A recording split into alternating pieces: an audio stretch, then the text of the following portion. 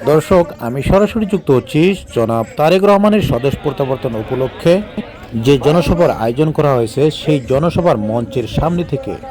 ইতিমধ্যে সারা দেশ থেকে হাজার হাজার জাতীয়তাবাদী নেতাকর্মীরা স্টেজের সামনে উপস্থিত হয়েছে।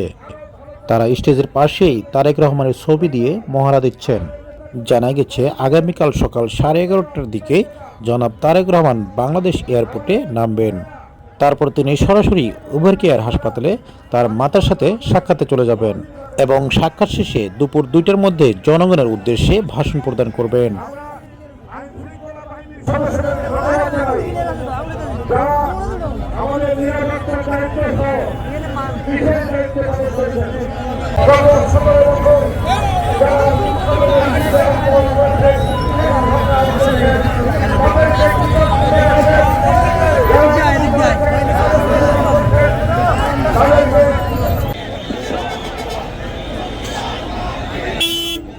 ভাই সবাই দক্ষিণ দিকের পাশে অবস্থান করেন, নেতা কর্মীরা দক্ষিণ দিকের পাশে অবস্থান করেন।